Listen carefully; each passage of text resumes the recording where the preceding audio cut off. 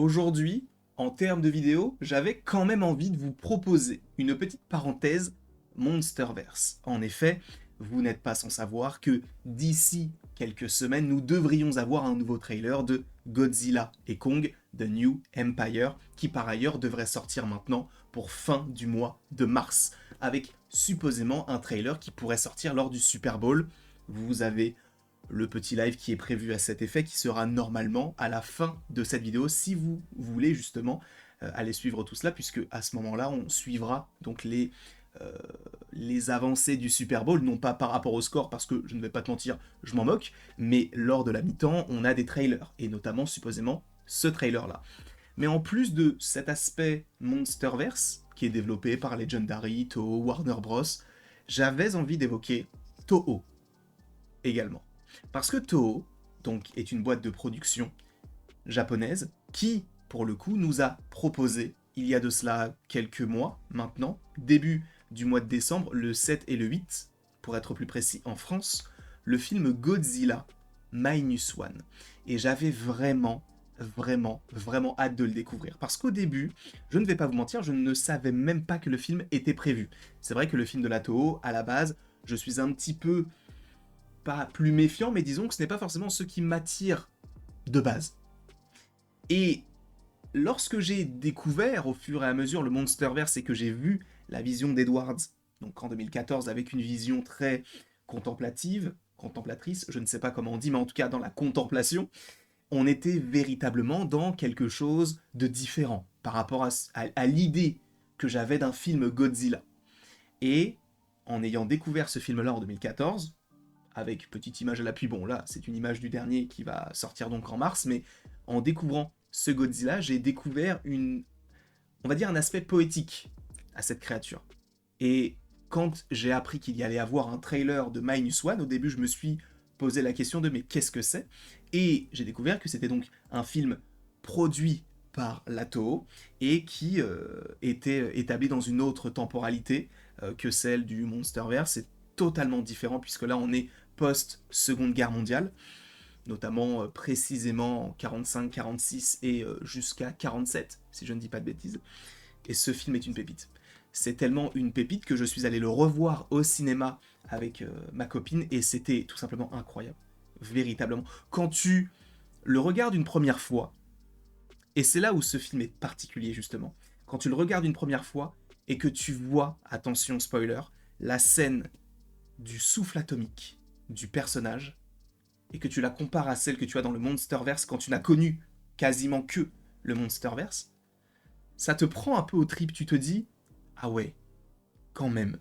Et quand tu y vas avec quelqu'un que tu aimes, un minimum bien sûr, et que tu vois dans ses yeux ce que toi tu as pu ressentir à une échelle possiblement moindre par rapport à ce que tu as pu ressentir, tu te dis « Ah oui, quand même, le vivre avec quelqu'un, c'est d'autant plus intéressant parce que tu peux avoir un ressenti, bien évidemment, en temps réel, et, et ça fait du bien, en fait, de voir que la personne avec qui tu es voit le film de cette manière-là, une manière différente, justement, mais qui va avoir donc un regard particulier par rapport à toi, mais qui va totalement rentrer dans cet univers-là, et pour ça, je ne vais jamais cracher dessus, hein. J'ai vraiment énormément de chance, je touche du bois et je touche Marc-Emmanuel, il n'y a pas de souci là-dessus, mais voilà, j'avais quand même envie d'apporter un certain bagage entre guillemets personnel, même si je ne vais pas m'attarder hein, sur les détails de tout cela, mais voilà, j'ai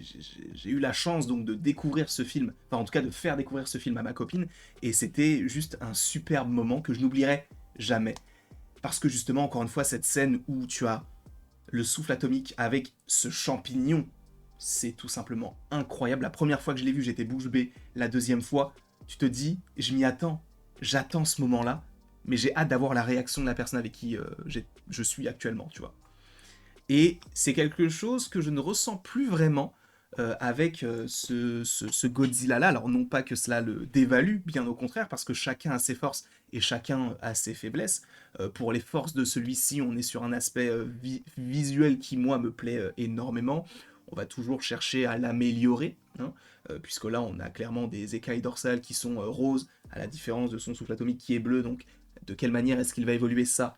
ce sera à voir dans le film, mais j'ai vraiment, vraiment beaucoup aimé la vision que nous avons du côté du Monsterverse, qui, encore une fois, est totalement différente, parce que le public est différent. Je vous rappelle que là, on est vraiment sur des combats de kaiju, on est vraiment sur un Godzilla et un Kong qui vont courir ensemble, l'un avec des écailles dorsales roses, qui ne le sont pas habituellement, et de l'autre côté, on a un Kong qui a une hache et un gant en métal. Tu te dis, oui, on est très très loin d'un Minus One, mais encore une fois, la volonté n'est pas la même. D'un côté, on a la volonté de raconter au-delà de la monstruosité du personnage, et d'un combat possible entre Godzilla et les humains, eh bien c'est le côté de l'horreur de la guerre qui est représenté, et qui est très très bien représenté, en tout cas à mon sens. J'ai vraiment euh, été touché justement par la vision notamment du personnage principal, le côté de est-ce que je suis mort, tu vois, ce sont des questionnements qu'on n'a pas nécessairement dans des films de kaiju, et celui-ci te l'offre, et c'est hyper intéressant. Et c'est aussi pour ça que j'apprécie ce film-là. De plus, par rapport à sa technique, je vous rappelle que ce film a coûté moins de 15 millions de dollars, sachant qu'au début on te disait ça coûte 15 millions, et le réalisateur a lui-même dit oh, si j'avais eu 15 millions j'aurais fait encore mieux. Donc ça veut véritablement dire que ça a coûté beaucoup moins, là où des films comme celui du Monsterverse coûtent des centaines supposément de millions de dollars. Donc évidemment que le taux de rentabilité n'est évidemment pas le même, que le public touché n'est pas le même, que aussi la manière de payer, peut-être au Japon, est différente de celle de payer aux États-Unis, ça compte aussi, hein. Peut-être que c'est aussi pour ça que d'un côté ça a coûté plus cher et que de l'autre non, ou inversement, peu importe. Mais en tout cas, on a deux visions différentes qui, à mon sens, doivent coexister. Parce que ce n'est pas parce que on est possiblement de plus en plus déçu parce que peut nous raconter ce Monsterverse-là, et que de temps en temps on a des films comme ça qui pop. Je sais que beaucoup de gens glorifient également le Shin Godzilla. Alors je ne l'ai pas encore vu, mais je compte le voir. J'ai vu le Godzilla de Roland Emmerich via Sébastien, que j'ai vu donc avec Eddie et notamment avec Anto.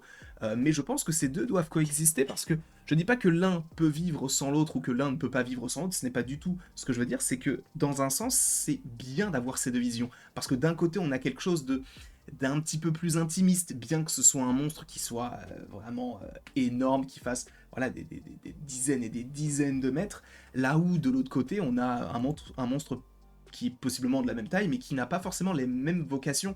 D'un côté, on a un film Minus One qui va te présenter un Godzilla qui est inarrêtable, qui est increvable en gros, immortel si j'ose dire, et qui ne va cesser de montrer sa monstruosité. Tu n'as pas vraiment besoin de t'attarder sur pourquoi est-ce qu'il fait ça, juste on te pose les bases de il le fait. Tu veux savoir pourquoi? Juste il le fait. Essayons de se focaliser sur l'humain qui va essayer de vivre avec ça, qui va essayer de le contrer, qui va essayer de trouver une stratégie, et c'est plutôt intéressant. Chose qu'on a beaucoup moins dans Monsterverse, qu'on avait plus dans le premier film, et c'est ça aussi qui, à mon sens, a primé, et c'est pour ça que c'est l'un de mes préférés, si ce n'est le préféré, enfin mon préféré à mon sens du côté du Monsterverse. Mais oui, les deux doivent coexister, parce que là on a quelque chose de vraiment, vraiment très, on va dire, bankable, d'avoir un film Godzilla et Kong contre un autre monstre et un autre gros monstre encore qu'on n'a pas encore découvert. Peut-être que lui, évidemment, va donner plus envie d'aller le voir, parce que la communication sera beaucoup plus simple, là où un Minus One, qui est encore une fois beaucoup plus intimiste, beaucoup plus personnel, entre guillemets, va peut-être attirer moins de monde. Et pour autant, ce film-là est nommé aux Oscars pour les meilleurs effets visuels, il a rapporté plus de 100 millions de dollars, ce qui est énorme, encore une fois, pour un budget de moins de 15 millions. On est sur vraiment une masterclass. Et même au-delà de tout ça, ça raconte vraiment une belle histoire du début à la fin.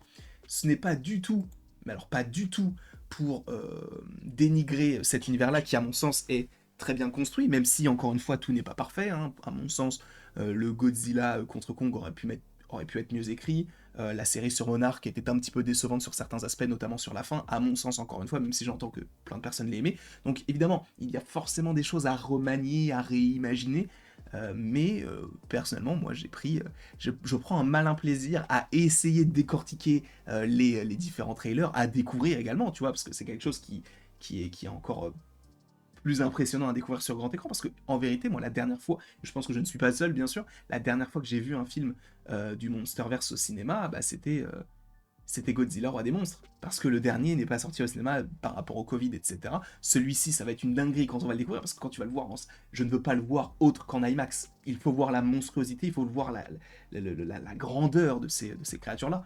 Et c'est pour ça aussi que Minus One aussi, je ne peux pas le voir autre qu'en IMAX. Je ne peux pas. C'est peut-être comment peut-on dire ça?